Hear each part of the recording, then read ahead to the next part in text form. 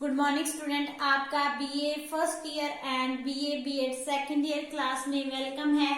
तो कल बच्चे हमने किया था चंद्रगुप्त विक्रमादित्य के जीवन और उनकी विधियों के बारे में। आज हम पढ़ेंगे उनके शासन प्रबंध के बारे में कि चंद्रगुप्त विक्रमादित्य ने अपने विशाल साम्राज्य में किस तरह का शासन प्रबंध या एडमिनिस्ट्रेशन कायम किया हुआ था। तो सबसे पहले हम करेंगे उनके केंद्रीय शासन के बारे में। केंद्र शासन प्रबंध एडमिनिस्ट्रेशन, उसमें सबसे पहले हम पढ़ेंगे केंद्रीय शासन प्रबंध, सेंट्रल एडमिनिस्ट्रेशन। तो उन्होंने केंद्र में शासन प्रबंध कैसे किया हुआ था। तो बच्चे, जो केंद्र में शासन प्रबंध की धुरी कौन होता है? सम्राट। सम्राट ही सारे शासन प्रबंध की धुरी माना जाता है और राज्य की सभी शक्तियां सम्राट जानी के चंद्रगुप्त विक्रमादित्य के हाथों में थी और उसने बहुत सी उपाधियां धारण की थी। वेरी इंपॉर्टेंट, उन्होंने बहुत सी उपाधियां धारण की थी, जैसे कि महाराजा, धीराज, सम्राट, परमेश्वर, पृथ्वीपाल, ये उन्होंने उपाधियां धारण की थी। जो चंद्रगुप्त विक्रमादित्य था वो ही सर्वोच्च सैनिक अधिकारी था, वो सैनिकों की नियुक्तियां करता था। उसने अपने नाम पर सिक्के भी चलाए हुए थे। इसके अलावा वो न्याय करता था और अनेक अधिकारियों की नियुक्ति करता था। उसकी हेल्प के लिए केंद्र में एक मंत्री परिषद थी। क्या थी? मंत्री परिषद थी जो उसको शासन कार्य में सलाह देती थी। परंतु मंत्री परिषद की सलाह या परामर्श को मानना या ना मानना वो चंद्रगुप्त विक्रमादित्य अथवा सम्राट पर निर्भर करता था। और इस मंत्री परिषद में अलग अलग विभागों के मंत्री होते थे जिनकी नियुक्ति सम्राट स्वयं करता था। और इन मंत्रियों के पास कौन कौन से विभाग थे? सेना, न्याय, पुलिस, विदेशी मामले और व्यापार संबंधी अलग अलग विभाग इस मंत्री परिषद के मंत्रियों के पास होते थे। तो ये था केंद्रीय शासन प्रबंध। केंद्र को बच्चे आगे प्रांतों में बांटा हुआ था। किसमें बांटा हुआ था?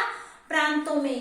तो अगर हम बात करते हैं प्रांतक शासन की, प्रोविजनल एडमिनिस्ट्रेशन, तो बच्चे प्रांतों को, राज्य को जो सुचारू रूप चलाने के लिए उसने अपने साम्राज्य को 4 प्रांतों में बांटा गया था। और प्रांत को कहा जाता था उस समय भुक्ति अथवा देश। वेरी इंपॉर्टेंट, आपको इन पर भी शॉर्ट क्वेश्चन आ सकते हैं कि भुक्ति क्या था, देश क्या था, या प्रांत को किस नाम से जाना जाता था। तो प्रांत को किस नाम से जाना जाता था? भुक्ति अथवा देश। और इसका एक उच्च अधिकारी होता था जिसको गवर्नर कहते थे और इसको उपहारिक महाराज भी कहा जाता था। क्या कहा जाता था? उपहारिक महाराज कहा जाता था।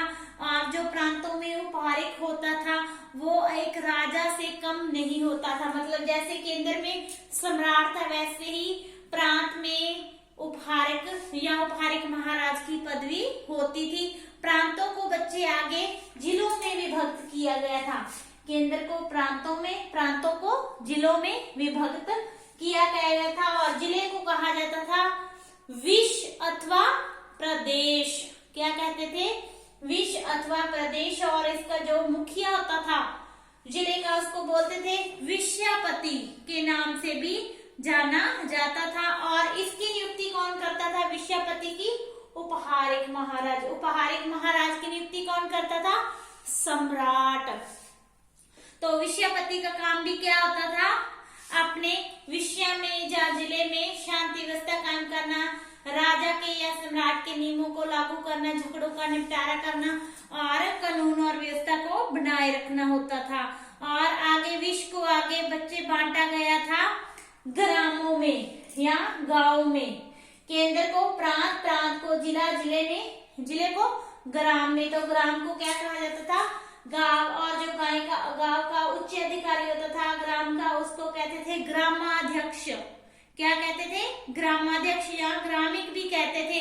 और उसका कार्य होता था ग्राम में शांति कायम करना और तथा गांव के लोगों की आवश्यकताओं को पूरा करना और उनका ध्यान करना होता था। और उसकी सहायता और उसकी हेल्प के लिए क्या होती थी? एक गांव में पंचायत की व्यवस्था की जाती थी। क्लियर? तो ये था केंद्रीय, प्रांतक, प्रांतक के बाद जिला, जिला मतलब विश्व और ग्राम का शासन प्रबंध। क्लियर?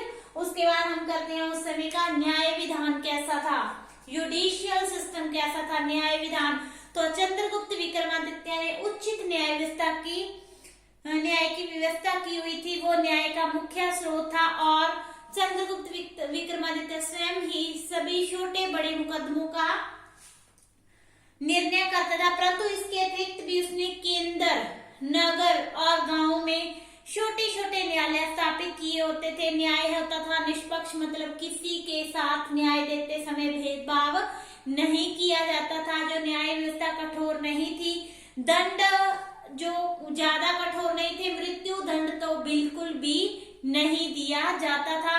देशद्रोही को अगर किसने देशद्रोह किया है उसको भी अंग भंग करना, मतलब अंग, शरीर का कोई अंग काटना, ऐसी सजा दी जाती थी। जो कई बार व्यक्ति कोई साधारण अपराध करता था तो उनको जुर्माना किया जाता था। सभी मार्ग सुरक्षित थे और इतने बड़े साम्राज्य के लिए ये उचित न्याय व्यवस्था उस समय की गौरव की बात मानी जाती है। क्लियर। नेक्स्ट पॉइंट हम करते हैं उनके समय की कला और साहित्य के बारे में। कला और साहित्य, आर्ट एंड लिटरेचर के बारे में। तो बच्चे चंद्रगुप्त के काल में कला और साहित्य के क्षेत्र में भी विशेष रूप से प्रगति हुई थी, जिसमें हम करते हैं ललित कलाओं की उन्नति, डेवलपमेंट ऑफ फाइन आर्ट्स। तो उन्होंने अपने पिता समुद्रगुप्त की भांति उन्होंने भी ललित कलाओं की तरफ विशेष ध्यान दिया था, जिसमें उस समय शिल्प कला, चित्रकला, संगीत कला, धातु निर्माण कला, भवन निर्माण कला, इन कलाओं का रूप निखरा था। और उसके काल में बनी हुई महात्मा बुद्ध और हिंदू देवी देवताओं की मूर्तियों ने साधारण जनता का मन मोह लिया था। अगर हम बात करें तो उस समय पूरा देश सुंदर मंदिरों से अलंकृत हुआ था। चित्रकला भी अपनी चरम सीमा तक पहुंच गई थी। अगर हम मुद्रा कला की बात करें तो मुद्रा कला में उन्होंने सोने, चांदी और तांबा के अनेक प्रकार के सिक्के जारी किए थे और कला के क्षेत्र में ये काल अति महत्वपूर्ण काल माना गया है। फिर हम बात करते हैं उनके समय की हुई साहित्यिक प्रगति के बारे में कि उस समय किस तरह डेवलपमेंट ऑफ लिटरेचर कि उस समय किस तरह साहित्य की प्रगति हुई। तो बच्चे चंद्रगुप्त विक्रमादित्य के शासन काल में साहित्य का बड़ा विकास हुआ था। कहा जाता है कि संस्कृत का प्रकांड विद्वान और महाकवि कालिदास उसके दरबार की शोभा थी, जहाँ उसके दरबार का आभूषण था। और कालिदास, ये आपका इम्पोर्टेंट क्वेश्चन, तो कालिदास ने बहुत सी रचनाएं लिखी थी, जैसे मेघदूत, रघुवंश, शकुंतला लिखी थी। और ये रचनाएं आज भी सांस्कृतिक इतिहास या साहित्य का गौरव मानी जाती है। कालिदास के अतिरिक्त भी बच्चे अन्य विद्वान हुए थे जिन्होंने चंद्रगुप्त या गुप्त काल में महत्वपूर्ण रचनाएं साहित्यिक दृष्टि से रची हुई थी। क्लियर। उसके बाद हम अगर बात करें उनकी धार्मिक नीति, रिलीजियस पॉलिसी की, तो चंद्रगुप्त की द्वितीय की या चंद्रगुप्त विक्रमादित्य की सफलता इस बात में भी है कि जहां उनके काल में हिंदू धर्म की महत्वपूर्ण प्रगति हुई, वहां अन्य धर्मों का भी विकास हुआ था। चंद्रगुप्त विक्रमादित्य ने सभी धर्मों के प्रति एक समान दृष्टिकोण, सहनशीलता की नीति या सभी धर्मों की प्रति समानता की नीति को अपनाया था। और इसके अतिरिक्त उनके प्रशासन में प्रत्येक धर्म के लोगों को उच्च पदों पर बिना किसी भेदभाव के नियुक्त किया गया था। उदाहरण स्वरूप हम बात करें तो उनका सेनापति जो अमरकौंड देव था वो बौद्ध धर्म से रिलेटेड था। तो उनके समय उनकी जो धार्मिक नीति थी उन्होंने भी उनकी प्रसिद्धि को दूर दूर तक फैला दिया था। तो ये था चंद्रगुप्त द्वितीय का शासन प्रबंध। क्लियर। आज के लिए इतना ही, कल हम करेंगे next topic. Thank you so much.